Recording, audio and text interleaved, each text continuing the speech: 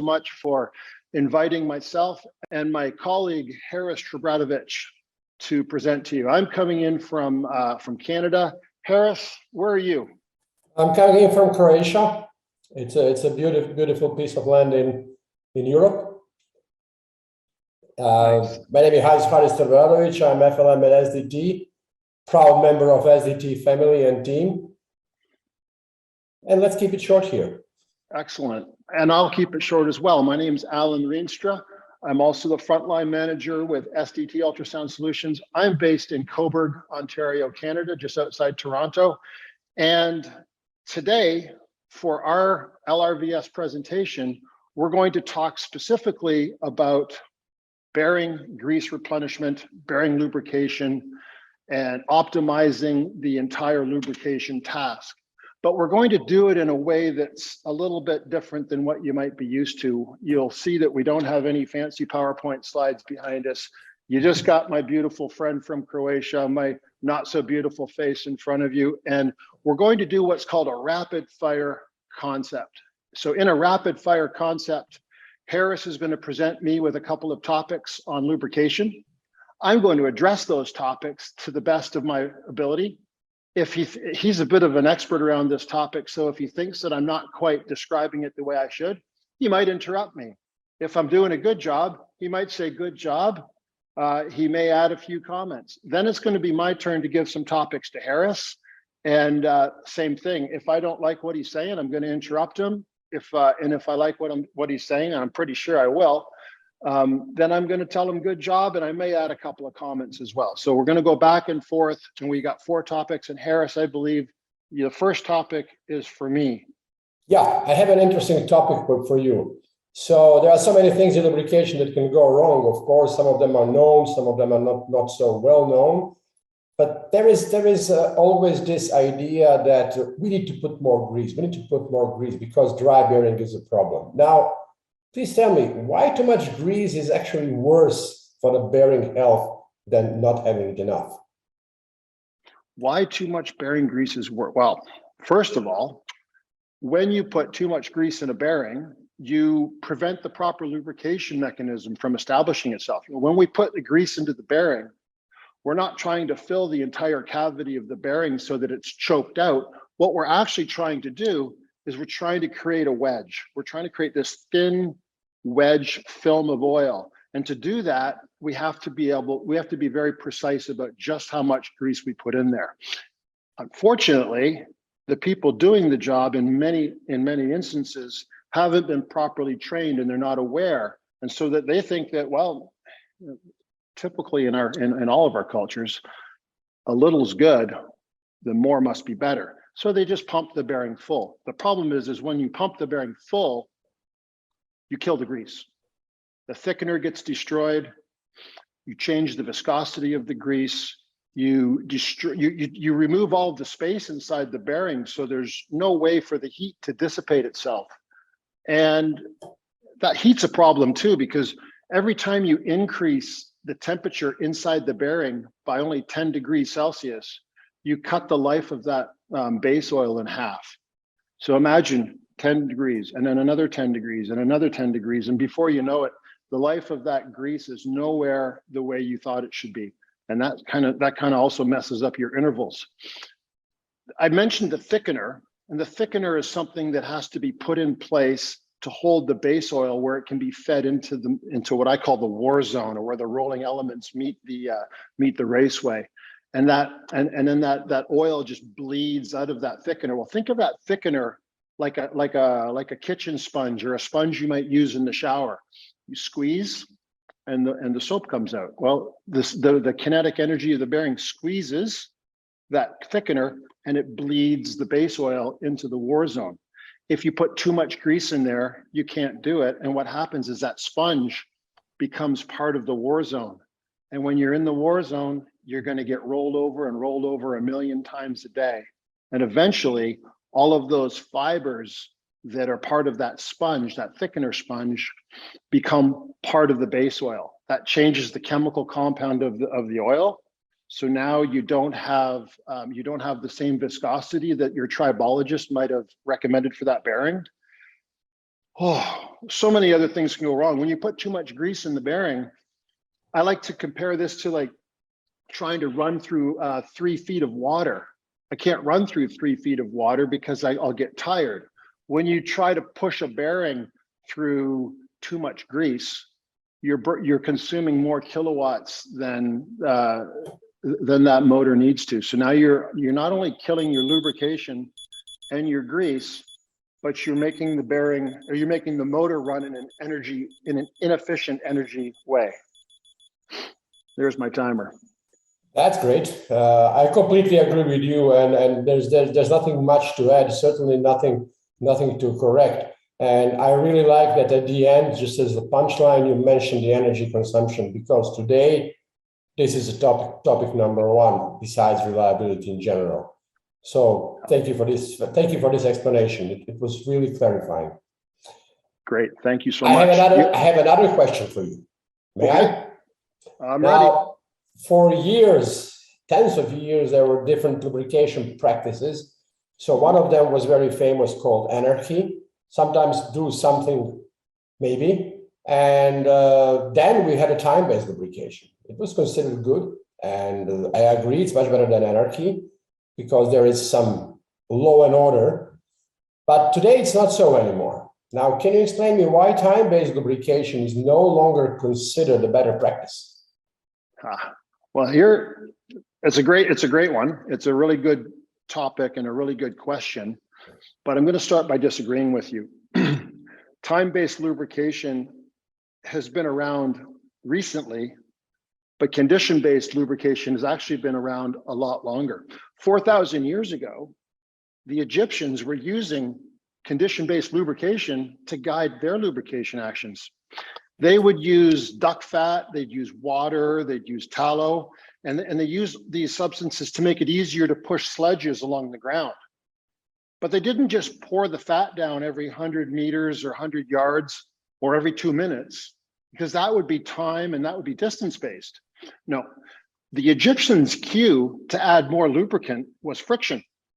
When the sledge became too hard to push, they just added more lubricant to the sledge wheel, to the base of the sledge. So you see, Haris, we didn't invent on-condition lubrication. We've just made it more of an exact science. The Egyptians have been doing it 4,000 years ago. But since you asked about time-based lubrication not being the better practice anymore, it's because we can do better. We have the science to support doing things on condition instead of doing things based on time. Time-based was the best thing that we could do in a period when we didn't have the technology to support it. But now that we have the science, we have the ability to combine condition monitoring with lubrication replenishment. There's 2 factors that drive replenishment. The first one's replenishment quantity. And the replenishment quantity we know is based on science. We know it's based on fact. It's based on the dimensions of the bearing, and so on.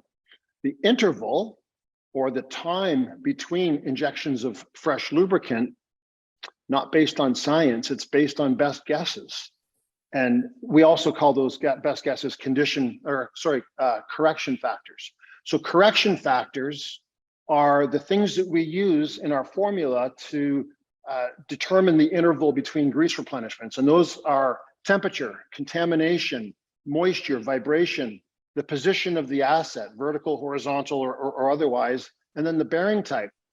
Well, of those 6 interval correction factors, it's impossible for me to know with any certainty what any of them are except the bearing type and the position. The vibration I can measure, but it changes all the time. Moisture, I can't really measure it unless I do a grease sample, and that could change all the time. Contamination, I don't know. How do you determine what the contamination is in a bearing today? Maybe I did oil analysis a month ago, but I haven't done it in a month. So the contamination's changed. And the temperature is always changing too, especially here in Canada, where we have minus 40 in the winter and plus 40. So those, the time base presumes that the machine is perfectly installed, aligned, balanced, nothing's changing.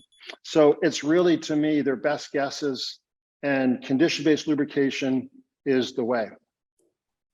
I would like to, Excellent. I mean, I heard the bell ring, but there's three elements to condition-based lubrication, 3 questions. I didn't get to them. I'll let you get to them. Let me give you my minute to respond to you. So Okay. I'll give you my minute so you can continue with this. Perfect. Okay. So what you're what going are to give those me, 3 okay. questions? Sorry, you're going to be my, okay. Condition-based lubrication begins with 3 simple questions. First one, I walk up to the bearing. I say, hello, Mr. Bearing. Do you need some grease today? The bearing says, no, leave me alone. Okay. I'm going to go somewhere. I'm going to go have a coffee, or I'm going to go somewhere else and do a different job. But if the bearing says, no, I'm thirsty, give me some grease, I'm going to ask him another question. I'm going to say, how much? How much grease do you want? Well, I'm thirsty, but I'm not really thirsty. So just give me a little bit. Okay, I'll give you a little bit. And then the third question I'm going to ask Mr. Bearing is, how do you feel now? Did I make you better? And then the bearing's going to tell me. Exactly. Thank you for the minute. Yeah, you yield back. Did I use it the way I should? It was well used. Excellent. Perfect. Perfect. Anything to add? No, nothing to add. You explained it perfectly. It was really absolutely clear. Okay. Absolutely clear. Now it's my turn. I have 2 topics for you. Okay, shoot it out. First of all, I know that you're not a guy who likes to have a lot of accolades brought on him, but I think of you as a bit of a master of lubrication implementations. And you're helping me become one as well. And so I know that the most fulfilling segment that we see in our customer's journey is when the data begins to drive his strategy. Yeah. But many lube strategists are not aware. They're unaware, or at least they haven't considered which outcomes their condition-based lubrication program should deliver for them. The next topic I'm going to give to you is for them, because it brings focus to the real reasons that we have to pay attention to precision lubrication. So here he goes. Haris, how does lube replenishment data drive the strategic outcome that optimize lube tasks, prolong bearing life, and increase production output? Go. 3 minutes is not enough. I want my minute back. You owe me a minute. So I have 4. See how you Thank do. We'll see how you do with your 3, but Yeah. I do owe you a minute. Yeah. So let's go back for the beginning first. Why we lubricate at all? We lubricate it to increase profit. Basically, step 1 is to increase reliability. So we know very well that monitoring itself doesn't increase reliability. It just gives you information. So the fact that we are monitoring something is not really helping anything. Now, why am I mentioning monitoring? Because condition-based lubrication is actually condition monitoring. And we should switch our mindset into that field. Unfortunately, it should have been done 40 years ago, but it's never too late. So I will just connect it with those 3 questions you mentioned. So does bearing need grease? How much? And is it better now? So when we extract it out from the way you expressed it, we come up with the data. We come with a fact that a certain data, certain information, in this case, ultrasound level, is confirming us does bearing need grease or not. So that's information number 1, and that's a number, that's a data. How much? Well, that's another one, but actually there are other sub-data here. What was the response at what stage? So that's another interesting point. And then, is it better now? So we can, again, it's data. It's something that we call base area. We don't call it baseline because it's never a line, of course. It's a base area. So we can understand what's good, what's bad. We can understand the response of the bearing. So if you really boil it down to basics, it's condition monitoring. Now let's jump back to the beginning again. I want to improve my reliability. So that means I need to have my lubrication excellence on the highest level. Lubrication excellence is a strategy. It's not just a set of rules or procedures. Because if it would be a procedure, it would be a really simple job and everybody would be happy. But it's not so. It's a strategy. It changes daily. It changes monthly. Things do change and we need to adjust the strategy. So how do you drive a strategy? To drive any kind of strategy, you need to have a data. So you need to have a data that says that what you are doing is okay or not okay. And you need a data that tells you if it's not okay, what should be done. Now, to put it really in a perspective of a daily implementation, when we have grease technicians or grease strategists asking, okay, what do I need to do now? So my answer is always very simple, same as yours. Look at your data. I have no idea what you need to do. So, well, we can all play consultants, and that's great, but I'm looking at the same data as he is looking. So that means you already have in your hands all the tools you need to run the strategy. And that tools means how often am I visiting this bearing? Under what conditions the change happens in 1 month, 2 months, or 3 months? I hate that bell. Now, you have my minute.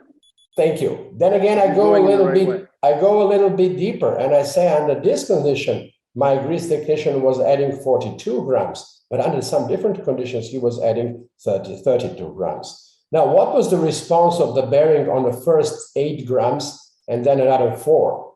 It's not going to be the same every time.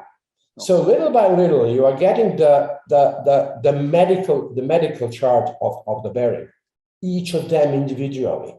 And if data is set and sorted nicely and perfectly, you can just look at it and say, this is what I need to do next. I can afford the luxury of visiting this bearing really not so often, maybe every 2 months. Or I need to do it faster. I can optimize my job. I can optimize by saying the interval can be longer, should be shorter, my quantities are different, and this is the behavior of my bearing. And that's just the beginning. Beautiful. And going hand in hand with that data, that ultrasound data, we also have our failure modes and effects analysis, our criticality assessment of that asset. All of those play a factor too, right? Absolutely. This is something we need to do in the very beginning. We shouldn't be doing and taking the grease gun in our hands at all, unless that job is done completely. Because if you want to treat a patient, you need to know something about that say Okay, the bell's gone. We have to move on. I just going to say one quick thing on that comment though. In my earlier life, I was a basketball guy, and I loved to play and I loved to win, but we didn't win every game. Sometimes we lost. But regardless of whether we won or we lost, we always went back into the locker room and looked at the game film. And I think that the data from our lubrication tasks is just like looking at the game film. And analyzing what you did wrong and what you did right. Yeah, I was afraid for a minute that you will say we go back to the locker room and have a shower and then explain that. But this was very, very educative. Thank you. Okay, topic number 4. So we all agree that for things to get better, we have to restore the misperceptions that the lube technician is nothing more than a grease monkey. But stigmas can be as hard to change as bad culture driving our behaviors, our habits, and our rituals. Therefore, what I want you to do is I want you to comment on the role that lube technicians play in reliability and how we might remove the negative view that many have towards this noble discipline. So please comment on this topic. How lube technicians can contribute to the condition monitoring teams for better collaboration? Simple question is by being a condition monitoring team, period. Because the lube tech who is doing condition-based lubrication, he is condition monitoring team. The only difference is that he actually acts immediately. So ultrasound condition monitoring, vibration condition monitoring, you go there, you make your analysis, you recommend what needs to be done. The only difference is that this guy is doing it immediately. So he's doing his measurement. In some cases, instruments like ours is doing complete analysis, recommendations, saying you need to do that. So that's the only difference. Let's be completely honest. He is doing condition monitoring. Nowadays, we have very, very interesting reactions that when you, on one side, you take the lube team that was unfortunately considered as a very low level, not important, and as you said, grease monkeys.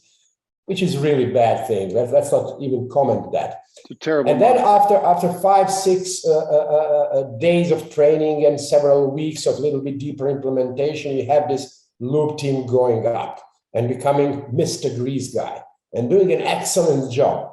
And then very often I have a reaction from condition monitoring team saying, hey, I can also do that. You know, I also know how to do that. Well, why didn't you? Why didn't you do it for all those years? Why were you blessing this to be done based on time if you believe only in condition? But that just points out the similarity that these two teams are doing the same job. They are visiting the same assets. They are concerned about the health of the same assets. One of them is doing some proactive thing that can actually be very dangerous. Lubrication is very dangerous. Yeah. The other team is actually observing, monitoring, and trying to understand what happens. So it's one team. How can we use it? There is a long list, and in 4 minutes, I already take your minute to me. It's far from enough to do that. But the first step we do in But you can't take my minute. I have to give it to you. Please. Okay. So the first step we can do in implementation is basically so for everyone to understand that this is condition monitoring.